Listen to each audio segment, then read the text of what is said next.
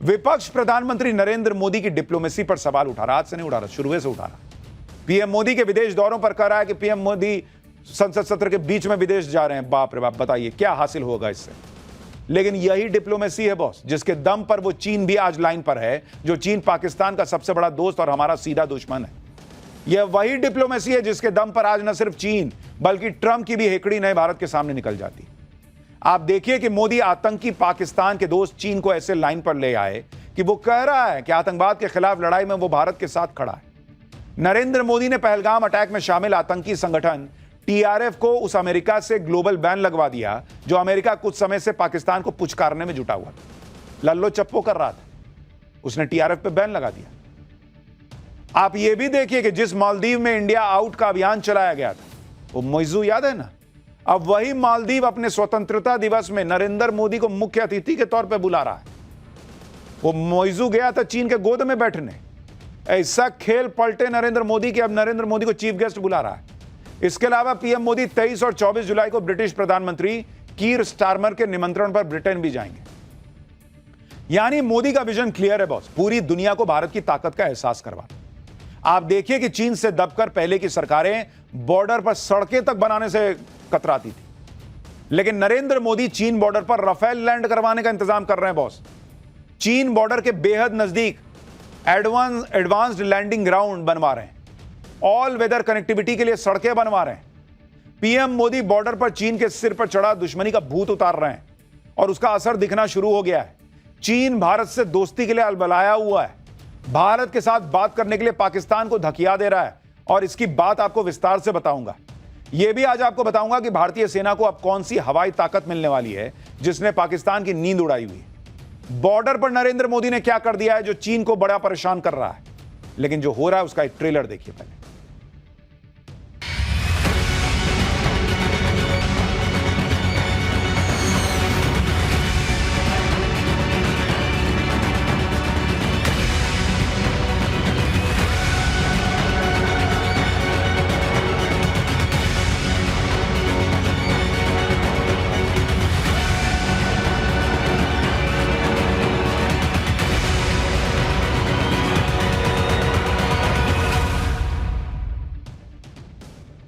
प्रधानमंत्री नरेंद्र मोदी अपने दुश्मन को उसकी हद में रखना अच्छी तरह से जानते हैं। पाकिस्तान के बाद अब मोदी ने एलएसी के बेहद नजदीक एक ऐसा काम कर दिया कि चीन चाहकर भी अपनी हद पार करने के बारे में 10 बार सोचेगा। पूर्वी लद्दाख में चीन के साथ लगी एलएसी से सिर्फ चंद किलोमीटर की दूरी पर आप जो ये पट्टी देख रहे हैं, यह भारत का सबसे ऊंचा एडवांस लैंडिंग ग्राउंड है जो बनकर तैयार हो चुका है बॉस। इस एयरफील्ड का नाम है न्योमा एयरफील्ड।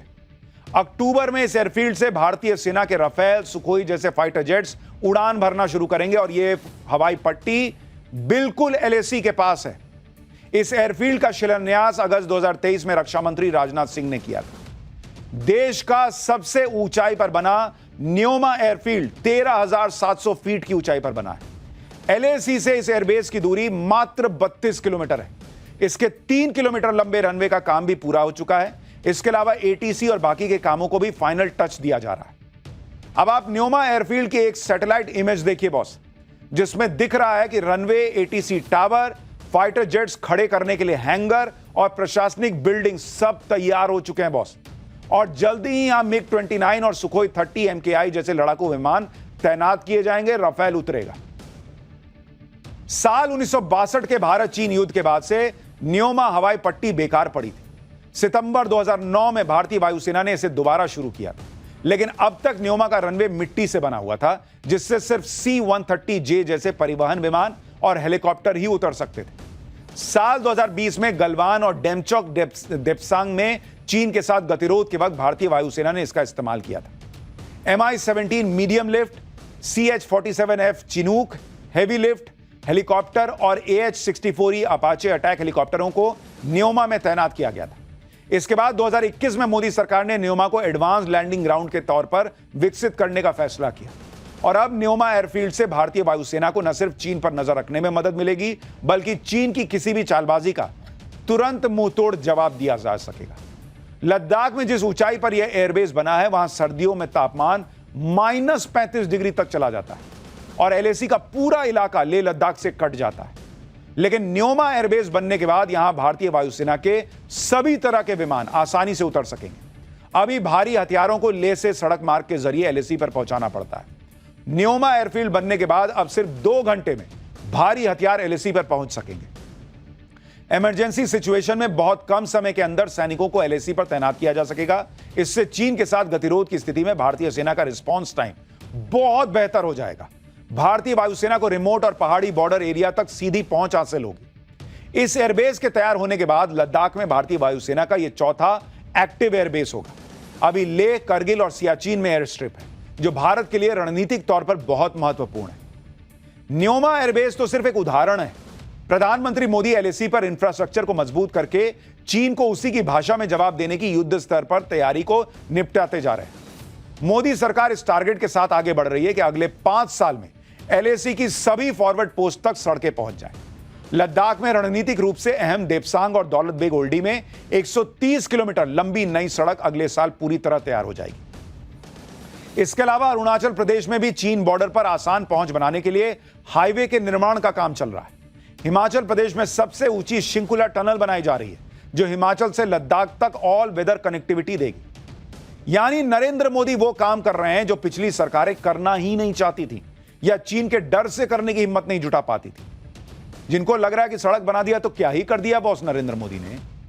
आपको साल 2013 में मनमोहन सरकार के दौरान रक्षा मंत्री रहे एके एंटनी का बयान सुनवाता हूं। उन्होंने खुद कबूल किया था कि भारत ने चीन के वजह से कि चीन नाराज ना हो जाए एलएसी पे सड़कें नहीं बनाई थी और ना कोई एयरफील्ड। सुनिए तब के रक्षा मंत्री क्या बोलते थे।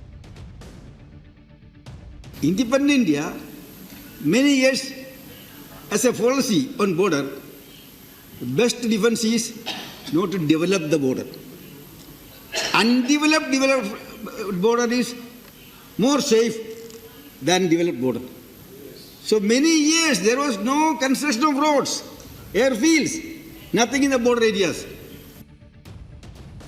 आप सोचिए बॉस, रक्षा मंत्री खुद खड़े होकर सदन में बड़ी गर्व से बता रहे हैं कि आजादी के बाद सरकारें ऐसी रहीं जिन्होंने बॉर्डर पे कुछ निर्माण नहीं कराया, क्योंकि ना निर्माण करना ज्यादा सेफ रहता है।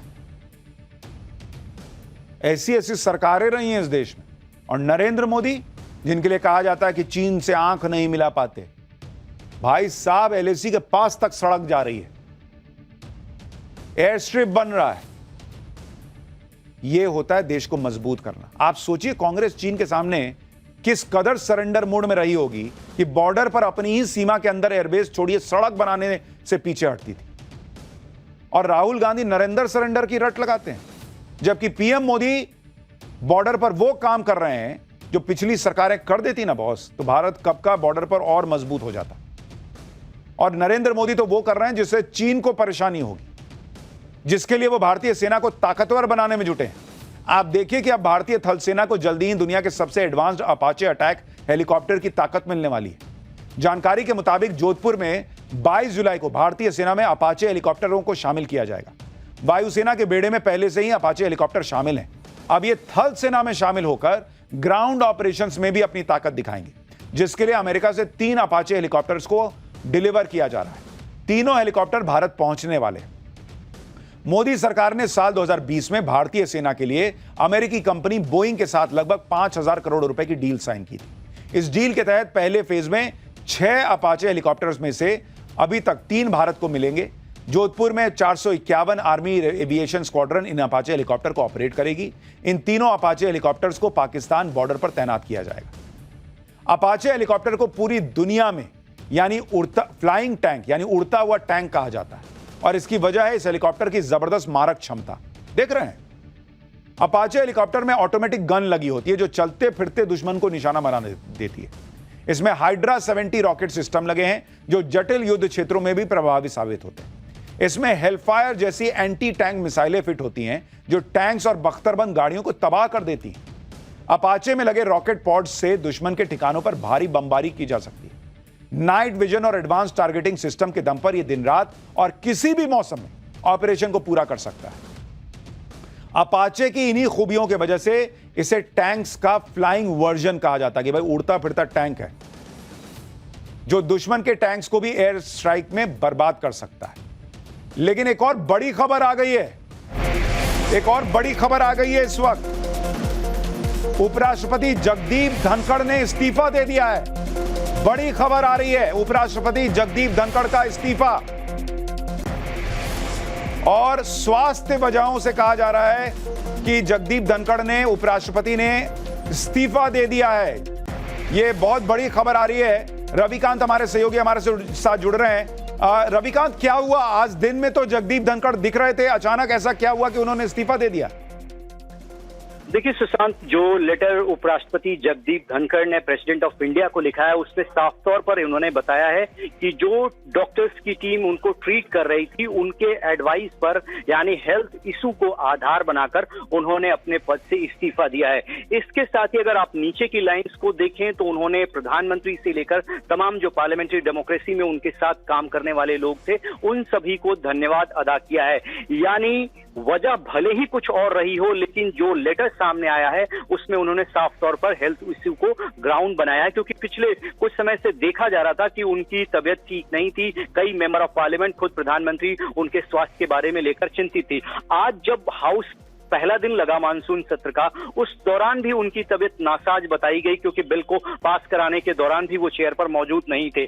पीछे की कुछ और भी वजहें हो सकती हैं, लेकिन वर्तमान में जो लिखित कारण बताया गया उपराष्ट्रपति के द्वारा वो ये कि वो हेल्थ कंडीशन के आधार पर अपने पद से। बहुत शुक्रिया रविकांत इस पूरी जानकारी के लिए। रविकांत हमारे सहयोगी बता रहे हैं कि उपराष्ट्रपति जगदीप धनखड़ जो पिछले कुछ वक्त से बीमार भी चल रहे थे, उन्होंने इस्तीफा दे दिया है और उन्होंने राष्ट्रपति को अपना इस्तीफा भेजा है, जिसमें उन्होंने स्वास्थ्य कारणों का हवाला दिया है कि इसकी वजह से वो अब उपराष्ट्रपति के पद पर नहीं रह सकते। इस खबर पर जो अपडेट आएगा दूंगा, लेकिन फिलहाल हम बात कर रहे थे भारत और चीन के रिश्तों की और भारत की सैन्य ताकत की।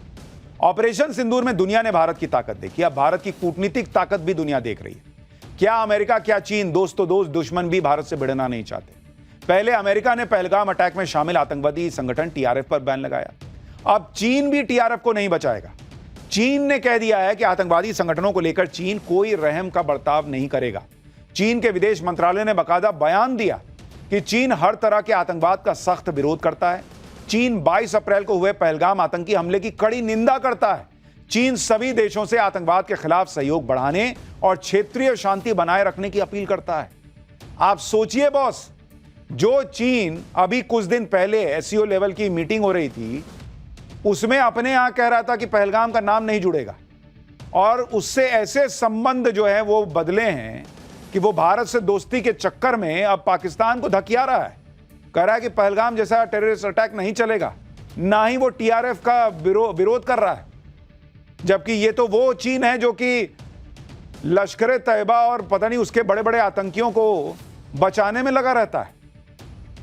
इसलिए कहा जा रहा है कि ये नरेंद्र मोदी की डिप्लोमेसी का दम है कि संयुक्त राष्ट्र संघ में पर्दे के पीछे से जैश ए मोहम्मद और लश्कर तैयबा जैसे आतंकी संगठनों का समर्थन देने वाला चीन भी मोदी को अब नाराज नहीं करना चाहता, भारत के साथ रिश्ते सुधारना चाहता है। चीन तो यह भी कह रहा है कि वो भारत के साथ दोस्ती करना चाहता है, जिसके बाद अब वो देश भी लाइन पर आ गए हैं जो चीन के कंधे पर चढ़कर भारत के खिलाफ अभियान चला रहे थे। आप देखिए कि मालदीव के राष्ट्रपति मोहम्मद मोइजू ने मोदी के खिलाफ पलक पावड़े बिछा दिए हैं। मोइजू के आग्रह पर पीएम मोदी 26 जुलाई को मालदीव जा रहे हैं, जहां वो 26 जुलाई को मालदीव के स्वतंत्रता दिवस समारोह में मुख्य अतिथि के तौर पर शामिल होंगे। मोहम्मद मोइजू ने भारत और मोदी के खिलाफ कैंपेन चलाकर 2023 का राष्ट्रपति चुनाव जीता था बॉस। सत्ता में आने के बाद मोइजू ने शुरुआत में भारत को इग्नोर किया, चीन और तुर्की जैसे देशों के साथ संबंध बनाने की कोशिश की। इसके बाद नरेंद्र मोदी ने भी सख्ती दिखाई और मालदीव की आर्थिक मदद कम कर दी।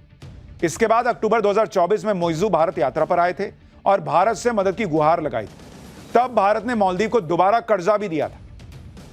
रिपोर्ट के मुताबिक मोइजू सरकार मालदीव में विकास परियोजनाओं के लिए भारत से लगभग 70,000 करोड़ रुपए उधार लेने की कोशिश कर रही है। ये वो योजनाएं हैं जिनको चीन ने फंड करने का वादा किया था, लेकिन चीन ने अपना वादा पूरा नहीं किया और मालदीव की कई प्रमुख विकास परियोजनाएं अटक गई।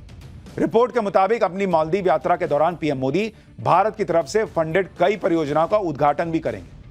पीएम मोदी का मालदीव के स्वतंत्रता दिवस समारोह में बतौर चीफ गेस्ट शामिल होना यह बताता है कि मोइजू की सारी हेकड़ी निकल चुकी है।